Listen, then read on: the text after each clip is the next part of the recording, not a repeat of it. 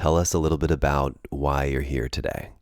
I'm here to bring a little bit of the female perspective to a lot of the topics that Tari talks about, because I think what Tari's doing is really interesting and also very relevant, especially as a dance instructor and somebody that has to explain how to be confident in yourself and somebody that needs to be able to communicate boundaries. I'm here to talk about boundaries because it relates a lot to relationships and dancing.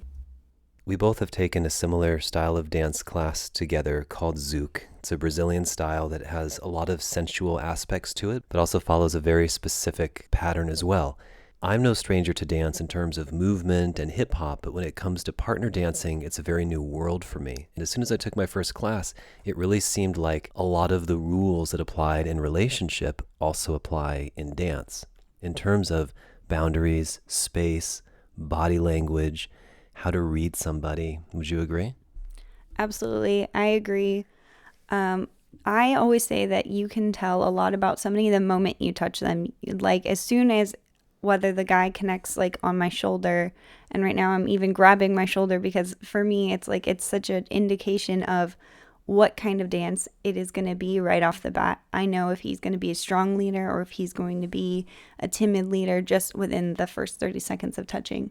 Okay, so let me ask you, it's probably a rhetorical question, but is there ever a time where you prefer your lead to be timid, unsure, insecure, tepid in his touch, or I want to say flaccid, but No, not usually. I understand that that's going to be the case with a lot of leaders in the beginning, but that's not something I would ever prefer.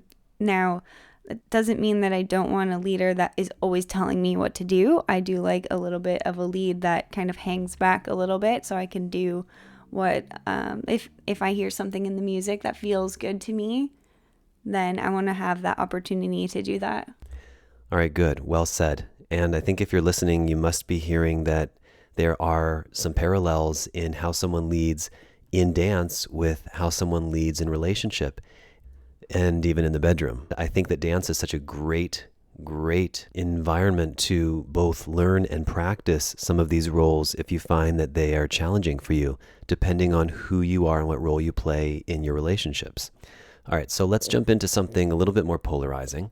What happens if the lead is actually someone who's comfortable with leading or being dominant, if you will, but it's not vibing with you, like it's maybe too aggressive or too much? So you've got a partner who's actually playing their role. They are leading, they are taking the lead, but the energy isn't right and it isn't working for you. How do you get out of a situation like that, or how do you navigate that in the moment with your body language or words? So you're asking me, how do I respond to my leader who is being overly aggressive? Correct. Okay, so if my head is in the right spot, I might actually hang back a little bit more. That's not typically the way that I dance. I typically dance everything that the leader wants me to do. But if I feel that he's being overly aggressive, I might actually just hang back a little bit longer in my movements. So like if he's telling me to go forward, I will just take an extra second to go forward, and probably I might even look at him like, you are being aggressive. And so if you're aware, you'll see it in the eyes and in the body. Okay, so you're saying that you prefer to use body language first? Yes. Got it. And for men who are listening, this is a really interesting point, because rejection or a concern or a problem doesn't always get communicated from a woman immediately with words. It happens first in the body. And that can actually be a very polite and respectful thing to not embarrass you or humiliate you. So I do think it's very important to be aware. Okay, so how many things actually have to not feel right before you will actually say something? What will make you speak up? And I don't think there's a specific number. And I think the only time that this has ever happened to me is there was a guy that just wanted to be in control of the entire dance. To the point where he out loud said to me, "Hello, I am leading." Okay. So dancing involves a very strong degree of intimacy. Would you agree? Absolutely. And it involves connection and touch and eye contact and all of that stuff. What is your experience when you dance with multiple partners and each of them are making you feel different things? Some highs, some lows, some excitement, some curiosity, and some just total satisfaction. I don't want to imply that you are dancing for anything other than the love of dance, but different emotions do come up. So when you do feel chemistry with someone and not with someone else, and so much of dance is about connection, closeness, and intimacy, even though it's about dance, do you draw boundaries with some and get closer with others? And how do you navigate that world? Wow, that is such an interesting question because sometimes it's the guy that can become uncomfortable in the dance and it's not the woman. You know, it's common for people to think that women are the ones that become uncomfortable. Like you need to always ask them for consent. But really, in a dance, if I notice that I come in closer to a guy, which can be a bit of a faux pas, you're not really supposed to come at the guy in a dance. And what that would look like for maybe people who have never danced before is like when you go into you just place your hands on each other's shoulders. If the woman is making the move first, that would be her being even just more aggressive than the guy. Is making that kind of move frowned upon? I've heard teachers frown upon it. Certain teachers frown upon that, yes. I guess it just depends on what kind of a woman that you like, what you prefer as a woman. I danced East Coast swing and Lindy Hop for a time, and I would say at that time, it was all just dance for me. It didn't ever mean anything. I could dance with anybody. It was just a lot of fun. Now, as I've gotten into the more sexual type dances, I almost don't want to say this all on the air, but like, if I'm being honest, like even in West Coast swing and in Zouk, there have been dances that I've had where I start to wonder what it would be like to be with that person off of the dance floor. Mm-hmm. Yeah, I totally get that. And I also understand that you don't want to suggest that that's what dance is about or that's why people do it. But we're just exploring that these types of things exist. But to jump back into it, in those moments, does it stay in your head as a fantasy? Will you do things to allow it to go further, or do you defer to the man to kind of see what he may say or do in such a situation? Do you defer to him to also take the lead in that regard? Again, before when I was more shy, I would just leave it alone. And the other thing is I am in this community all the time, so I'm very selective about who I am sort of giving the eye to. That's kind of where I start, is I'll maybe give them a look, or I'll say extra nice hi, or give them an extra long hug, or some kind of indication that I might be interested in more than dancing. All right, perfect. In your world, do you think it falls on the man to be the initiator or aggressor for you when it comes to romantic and intimate relationships? When it comes to romantic relationships, I mean, it's different than dance, but yes, I mean, that's a personal preference for me. Yeah. When I'm off the dance floor, it is a preference for me that the man is aggressive. I agreed with your comment on another episode about having confidence, and that a woman, what they really want more than anything is just that a man can take initiative in taking, in any kind of act. Right. I think the idea of community in dance is a very interesting one, because once you start taking a handful of classes or you become good, you are, as you said, involved in the community. So people know you, people watch you, people look up to you. You're also a teacher. And then all of a sudden there becomes these boundaries that have to be set up between teacher-student, for example, or teacher-teacher. And at the same time, there are real feelings of intimacy that can come up. And those feelings are always very interesting for me to hear about, observe, or navigate. So it's an interesting place to be in a community, whether you're a student or a teacher, or even both sometimes, and wanting to maintain a certain status or distance or degree of professionalism in your dance. And yet, when you have these movements that are outright sensual, sometimes sexual, and sometimes you just can't help but feel the magnetism between you and someone else. Okay, I think I can take it from here. Okay, so when I am meeting somebody and I feel like that magnetic connection, I am weighing logically whether or not what I know myself. So I'm asking myself, like, is this a person that matches the qualities that I have on my mental list of all of the things I would want in a man? And it doesn't take, you don't have to become too intimately close physically with a man to have a conversation with him and just get to know if he's hitting the basic, I say basic check marks, but you would know what that is. A woman would know what that is for herself. If she knows herself well at all, then she would know, okay, these are my deal breakers and these are my must-haves. If he doesn't have one of those must-haves, or if he has one of those deal breakers, for me, there's just no reason to even break into that level of physicality, because you're putting too much at risk in the community. Okay, this is really great. So first of all, would you say you know right away whether you would want something to continue with a man or not based on a few interactions? I can say that I make quick decisions. Okay, perfect. That being said, if a man, unbeknownst to him, is not ticking a box or two for you, what happens to you mentally? Is it an obvious thing? Do you shut down emotionally? Do you just distance yourself? Do you go, oh, this wasn't hit? What is the process? I distance myself physically and emotionally right away. For example, I'm in a process of looking for a new dance partner, and potentially that has the opportunity for a relationship, but it doesn't mean that that's what it's definitely not something that I'm looking for first. So I've been explaining this to a few guys that I feel like I've danced well with, and I feel like I want to be actually in a professional relationship with them. So I say, you have to be okay with practicing with me and a lot. And you have to have this same ambitious goal that I have to reach this, basically a routine category that I want to do later on in my career. And I'm looking for somebody to kind of go on that journey with me. And a lot of these guys, when they hear me say like, oh, I want to be a dance partner with you, they're kind of thinking they want to be a romantic partner with you too, maybe. They're kind of like, maybe she wants this too.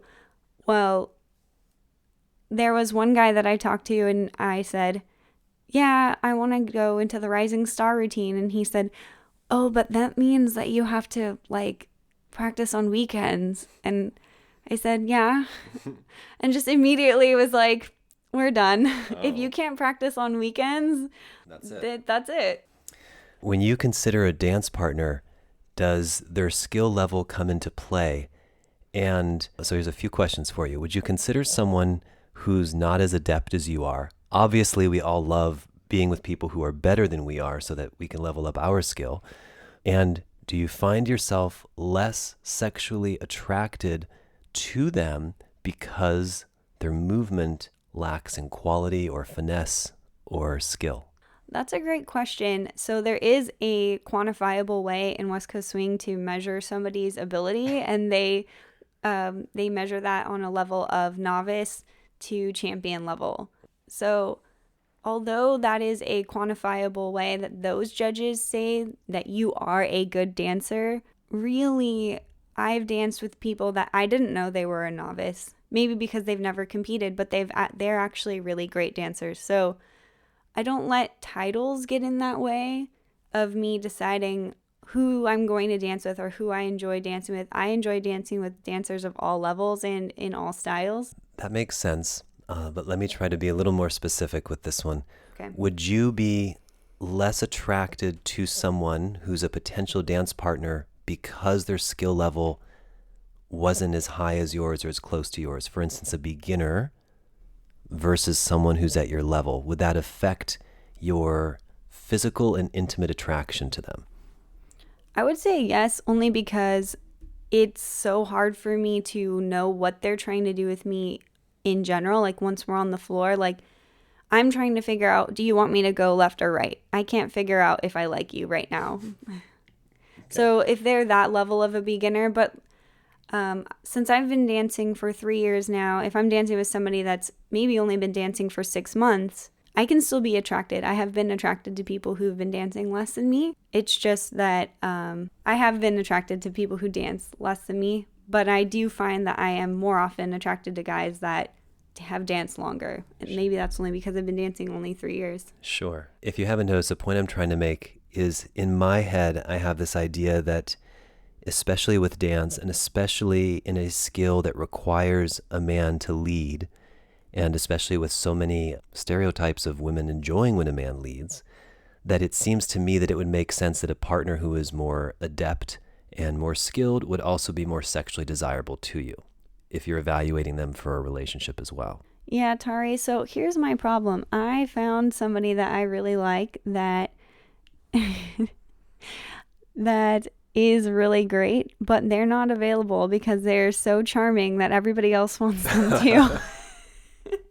And that creates, I'm sure, its own set of issues like, is this person a player? And are they with everyone else? And where do I fit into this whole thing? I'm sure. When you think of your ideal partner, or even someone who could be your dance partner, and also are considering them for a relationship, do they have to be monogamous as your dance partner? No.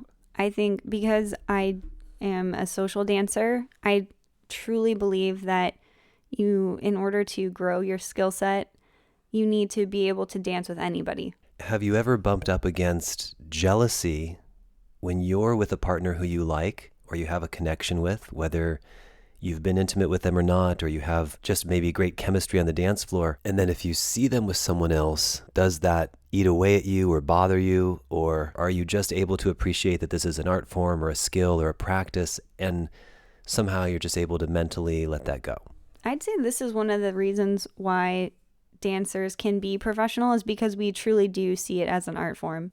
Whether I've been in a relationship or not with the person that I'm watching, I can watch them dance with anybody of any level. Okay, that's really interesting because in our acrobatic community, sometimes it's a little bit different. It may be the case that, a flyer, meaning the person who's on top, enjoys practicing with a particular base, but when she sees him with someone else or vice versa, some jealousy can occur. And I agree, it's nice to have a degree of professionalism where you can just support the practice and appreciate what they're doing together. But because both practices are so intimate, it seemed to me like there might be room for people experiencing feelings of jealousy. Have you heard about other people going through that? Or even in the case of two teachers who teach as a couple, but when they go around and demonstrate with others, if it's too intimate or if they see a connection there, do you think that's hard for instructors who are couples? I can't say for instructors who are couples. I've never actually taught with my partner before, but I can say that I was dating somebody that was very jealous of me dancing with anybody else. And unfortunately, that broke our relationship, it was really unfortunate because we had a good connection outside on the dance floor and off the dance floor. Okay. Do you have any thoughts about jealousy or how to handle it or what the best practice is? Because I think when people are jealous, of course, they're not trying to be jealous. They have sort of a knee-jerk or instantaneous response to it, almost maybe like they can't help themselves. Do you have any thoughts around how to handle it when jealousy enters dance? I think each couple in dance comes up with their own method for combating jealousy. For some people, they cannot talk to any other women. For some, they can only ask their students.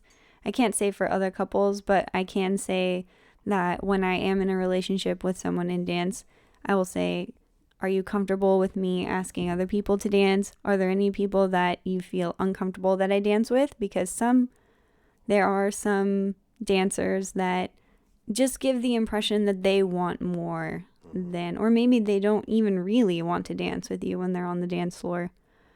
They really just want something off of the dance floor, and it's that all of that tension, you can feel it there, and it's very obvious. One of the challenging pitfalls about being a man who's new to the dance world is it feels like a woman isn't going to want to dance with him doing the same basic step over and over and over again. And so you have to have a certain degree of prowess to get in before you maybe go to a festival or a concert or an event or some sort where everybody's just dancing. Do you have any thoughts for men about how they can confidently navigate themselves as beginners in a world that requires them to know so much almost instantaneously? I say that whatever you feel confident doing in your movement is what a follower wants more than anything, because the odds are she has an idea of what she wants to do. So if you're just at least providing a very strong frame, any direction you give her, she can get creative with it. And even if she doesn't know how to get creative with it, the fact that you are there and you are strong, it doesn't matter which way you go, she's going to feel like you know what you're doing. So it's not even always about the steps or knowing the patterns. It's more about having that strong foundation that she can either work with or just feel safe in. It sounds like a strong parallel to relationships where a man creates a safe container for a woman to express herself and be without being controlling, but also leading at the same time. Absolutely. Yeah. So let's take an interesting segue that you might not expect into ghosting on the dance floor and off, and how that works in dance. So if you're not familiar, ghosting is a term we have unfortunately had to create for people who are totally unaccountable, lie, don't keep their commitments, say they're going to do one thing and do another, say they'll call you and then don't, and just completely vanish off the face of the earth. Generally seen in dating by not texting you anymore, blocking your call, not answering your calls, etc. So Briana, tell us a little bit about how ghosting might work in the dance community, your experiences with it, and your thoughts on it. So I see ghosting come up in the dance community in the form of a man asking a woman to dance generally, or a leader asking a follower to dance. And then either the leader or the follower says, "Oh, not this song," or, "I'm taking a water break for this song," or "Can you catch me on the next song?" There's something there where the dance doesn't happen. Now, typically in social dance etiquette, the person who declined the dance is not allowed to accept a dance from anybody else for that entire song. So when you turn somebody down, you kind of have to mean it. Otherwise, it can be, feelings can get in the way, obviously, and egos when another dance is accepted. This isn't something that I've ever done. But even if I truly actually am taking a break for a song, some people can get the impression that maybe because I did my makeup extra pretty that night, that, oh, she just didn't want to dance with me because she's too pretty for me, or she's in a different level of dance category than me. And the truth is, sometimes I really actually want to dance with that person, and they might actually go home before I can catch them, and I'm actually sad.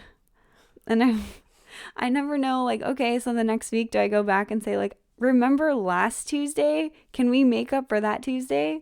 Okay. So how I feel like this translates into ghosting is sometimes what can happen when you make a connection with somebody is, let's start from the perspective of the man who sees the woman on the floor and he wants to ask her to dance. Maybe the woman knows him already, maybe she doesn't. But in any case, he works up the courage and he asks her to dance.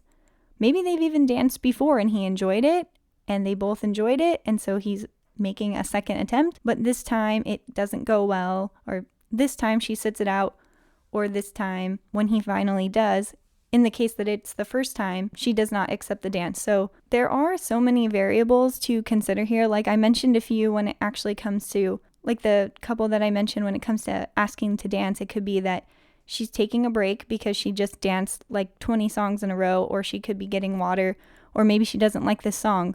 So in the case where outside, let's say off the dance floor, the man and the woman meet, maybe there's a situation where she has a lot of work going on that week. So when you ask her out, she just doesn't have time this week, and maybe she wants you to ask her out next week.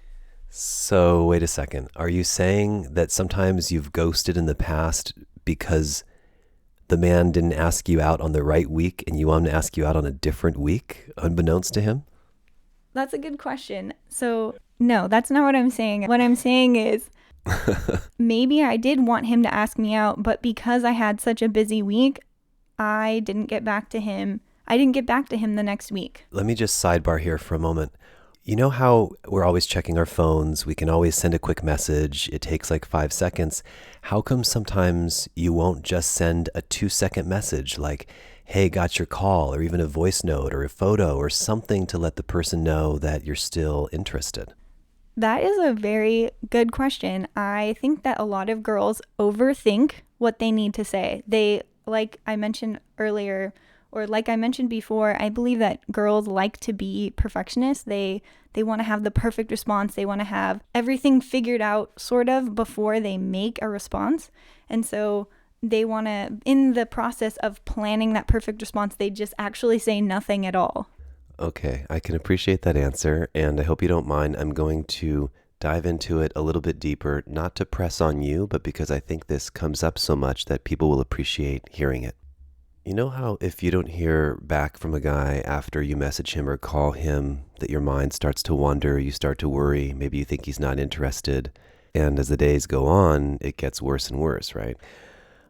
Okay, so do you think women think about, I totally ignored this message, I tried to think of the perfect response, I didn't say anything, I just let it be, and now days are going by, he's probably going to think, I dislike him now or I'm not interested. Does that process ever go through in the planning of a perfect reply?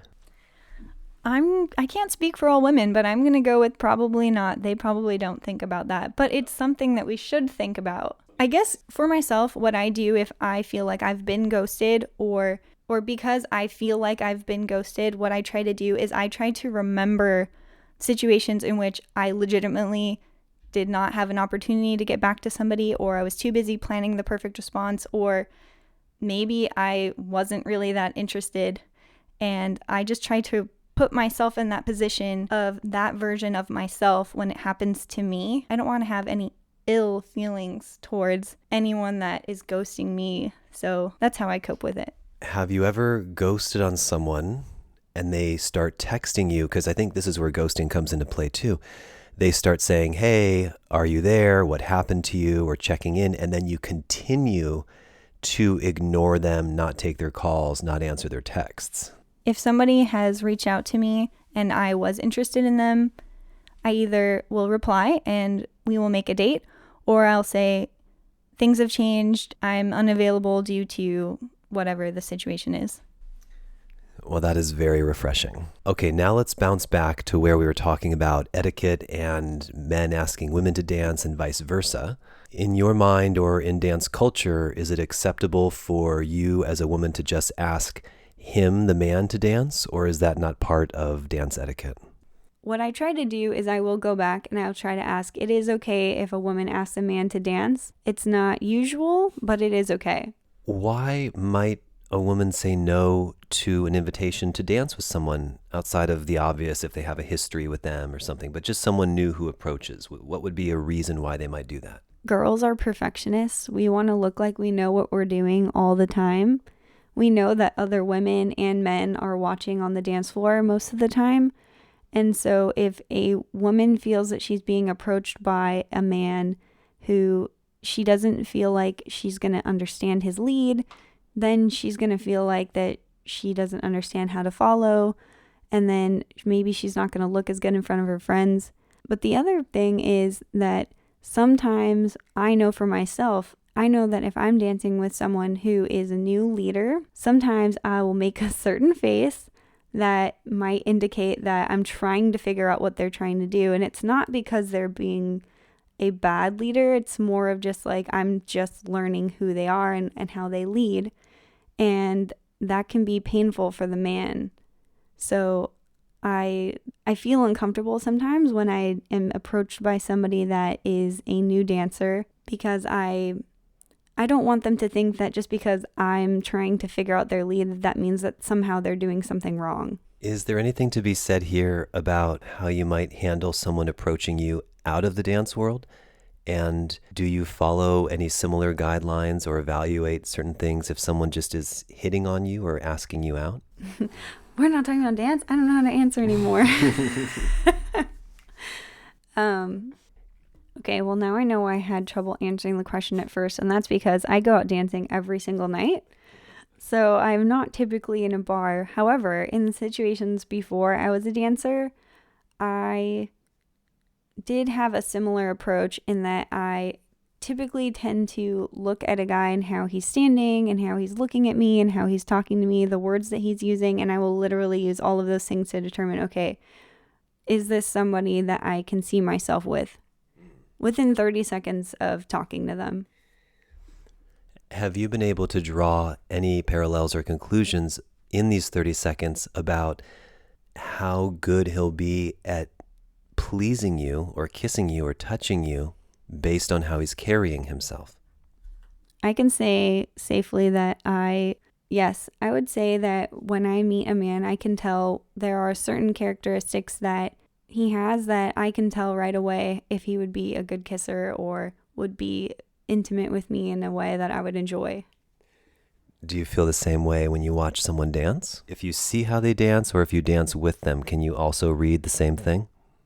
If I dance with them, yes. If I watch them dance, not necessarily, because there is a lot in the connection that you can feel that you don't necessarily see when you watch them. Got it. Okay, let's bring it back over to this idea of ghosting, because I think we wanted to touch on it a little bit more. Maybe share a couple more examples of your thoughts on maybe why people will ghost, why they would choose that over just simple communication. Right. So if I'm off the dance floor at this point and maybe I'm developing a personal relationship with somebody that I met, I know for myself in situations that I've ghosted, I probably was talking to more than one person. And if there is someone, like let's say for instance, let's say there's 3 different people that I'm talking to and guy number 3 gets busy one day and doesn't text me at all. Well, it's likely that guy number 1 and guy number 2, I text them instead. And if they consistently text me back over the next 2 days, I've already forgot about guy number 3. Oh, this is such good honesty. I love it. How much attention do you need from guy 1 or 2 or how much lack of attention from guy 3 does it take before you've lost interest? Is it hours? Does he have a day or 2? Oh my gosh, this is so funny. It sounds silly, but it kind of just depends on my schedule. It really does. I hope that I'm not like painting this horrible picture for women, but like it really does. It just depends on my schedule. Like if I have my own podcast, I have my own work that I do, plus I dance. And unless there is an incredible amount of attraction that I feel towards that person, it may not matter how many days. There is like that chemical component that you can't explain. But kind of on the topic of your intimacy, because I tend to think more, and maybe surprisingly for a dancer, sometimes I feel a little bit less. Like when I'm in a relationship, I tend to think a little bit more, so I need to be engaged. So if somebody's engaging me in more conversation and they're keeping me stimulated, like my mind stimulated, then I tend to respond to those people better than maybe those who feel more, but that means that they're less available. Maybe they're not even capable. I hadn't thought about this, but maybe they're less capable of keeping me stimulated mentally. And so that's kind of why they kind of hang back a little bit. So engagement is important to you? Yes. Okay.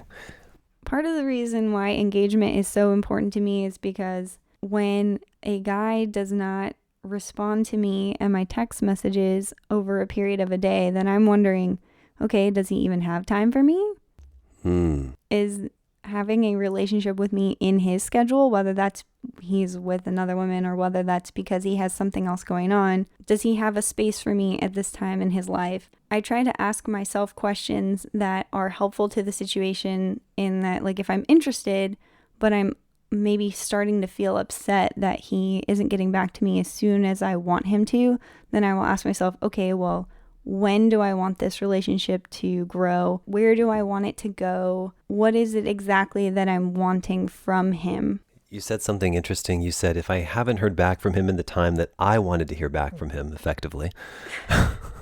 And I'm sure you haven't quantified this yourself in terms of minutes and hours, but if you think about it now, is there a time where it's like, that's just been too much? Like if he doesn't text back in 2 hours or 4 or a day, that you feel maybe rejected or disconnected?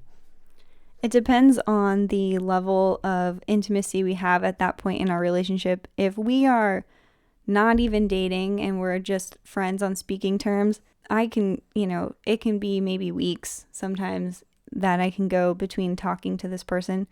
But if the more that we talk, or the more it seems that maybe we're going on a path of being more than friends, pursuing some type of relationship intimately, then that's when I would start to expect something maybe at least once a day. And if I'm not hearing back, then if there's maybe, it's happened before that maybe there's work that comes up and that can be discussed. But I want to know that for me, that's where my intimacy is being in communication. Yeah, I can relate. And I think intimacy through communication is that way for a lot of women, which is why it is so entirely surprising that so many have such a difficult time communicating when it comes to this subject of ghosting. I actually have, I think, a belief about when I would like to hear back from someone, and I think it's a reasonable amount of time, but of course that's different for all of us. To me, it goes back to the philosophy that for most of us, age 18 to 50, however we communicate with the world is going to be done with a cell phone in some way, shape, or form, whether it's email, calls, videos, texts, what have you, and that we all have the ability to reply. So my thinking is we all have busy days, we all have things that come up, we all have things that keep us away from responding to anyone. But if there's someone that you want to talk to and you want to be in communication with or have a relationship with, that at the very least communication has to continue on a regular basis and not every 24 hours or 48 hours or a day or a week goes by before you hear from someone. And I find it especially rude when people just reply back with busy or I've been busy and there's no follow-up, no what happens next, no answer to if we're meeting or not. Do men do that as well? Do men say busy or sorry can't or I'm busy? Has that ever happened to you in your entire history of dating? That actually has never happened to me, and that kind of makes me feel bad because I know that I've done that, but I can't remember a time where that has actually happened to me, except for maybe from another girlfriend. Right, of course. Well, I largely appreciate hearing that that hasn't happened to you. I'm sure it has happened to some women, but it is very interesting to consider. And that again ties into what closeness is really all about, which is finding these behaviors, responses, and mannerisms in ourself that we can change if we want. If we want more of a connection with someone, and if we want better results, changing our personal behavior with how we interact with the world to have closer and more fulfilling relationships. If you haven't noticed already, Briana has a pretty incredible voice to listen to. It's very vibrant and fun and alive. And she does have her own podcast. So would you like to take a quick moment to tell us about what you offer and what you have on your podcast? Sure. Yes, I have a podcast for all types of creative entrepreneurs. It's called Creative Calling. Listeners who listen to Creative Calling podcast can expect to hear activities that would inspire them to grow as a professional. They can learn tools, tips, and tricks that I've used in the design and illustration industry. Okay. Does any of your online work with the podcast relate to dancing as well? So originally when I started the podcast, it actually was for designers and illustrators. But because the podcast is called Creative Calling, and I recently discovered my true joy in dancing, that was actually the catalyst for the transition from talking about design and illustration, which was previously my career, into going into talking about dance, because it's so much a part of my heart and what I love to do that I just absolutely had to make my podcast about dancing. So it's still all of the same concepts that I talked about with creative entrepreneurs in terms of tips, tricks, and tools, but it's just now from a dance perspective. And the awesome thing is that my listeners have had a positive reaction to that. Oh, that's awesome. Okay. What excites you about dance? Why are you so passionate about it? And does it help a part of your personality overcome obstacles like, for example, getting out of your head or getting more into your body? What do you love about it and what does it do for your soul? I think the thing that I love about it is that I can't explain why it is. I just remember from a very young age that I loved dancing. It wasn't something that I was afraid of when I started it. It was just something that I wanted to do all the time. Is it something that the other question was, is it something that it helps me with in my everyday life? Right. And does it help you overcome any personal challenges in your life, such as, I was saying, getting out of your head or getting more into your body? Yes. Dancing has helped me get out of my mind, my head. It has helped me become more confident. And what I love about exploring the West Coast swing and zouk styles is that I've been able to take on a certain level of femininity that I didn't previously feel like I had. When I was doing other kinds of dances, it was more, it was an activity, it was fun, but it didn't necessarily allow me to express myself fully until I had a turning point where I wanted to express even more. Maybe it was that level of I think it was when I became competitive.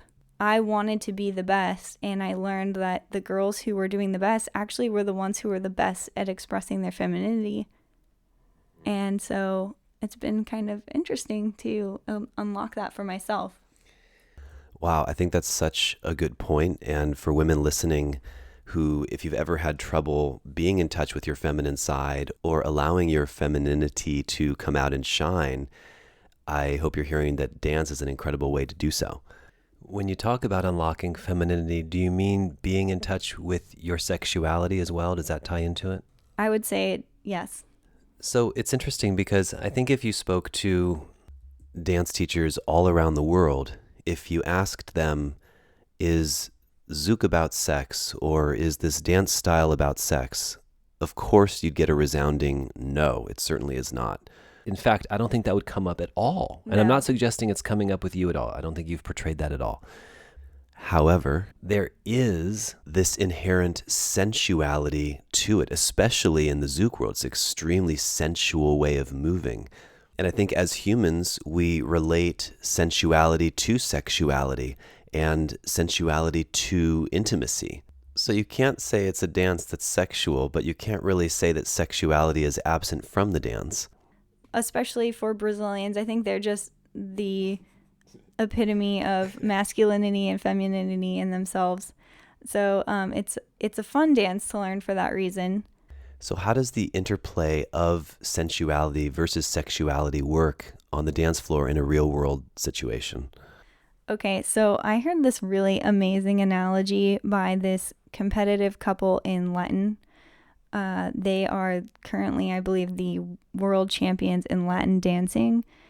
In a lecture that I attended by them, the man in the couple said, social dancing is for people who just want to fuck. Just straight up in the lecture. He's like, that's what you want to do. You go to the club because you want to have sex. If you want to be actually a good dancer, this is where you are. You take the lessons, you go to the lectures, you improve your competitive ability. I don't think that necessarily makes it less sexual, but I do find that the higher up in the levels you go, the more selective you are. Yeah, I like that a lot. And I agree that there are parallels probably in other sports as well. And I could definitely say that's the case in acrobatics. There's playtime and then there's training time. And the more you take yourself seriously as a performer or teacher or acrobat, the less important all that, call it dating, sexuality, intimacy stuff becomes, because you are refining a skill. You're there to work, you're there to compete, and you're there to be the best you can be in the field. All right, good. Well, I think we covered a lot of territory. I really appreciate you allowing me to ask some very probing questions. Again, you might have noticed that this was intended to bring the element of dance into a discussion about closeness. So the intention was never to make dance about sexuality, intimacy, and that sort of thing, but to discover the hidden gems of intimacy, sexuality, and sensuality within dance and how that plays out in the real world, and to notice all these interesting tie-ins in real world relationships, because we are human and they are there and they do exist. So I hope that for those of you listening, you can hear parallels that echo your relationship as well. How either masculinity and femininity play into your relationship or a dance, or how roles such as being a leader or a follower tie into having a successful experience, like a dance. With two people leading, it's going to be a lot less successful, and with no one leading, it's not going to be successful at all. To me, I find all of that wildly fascinating.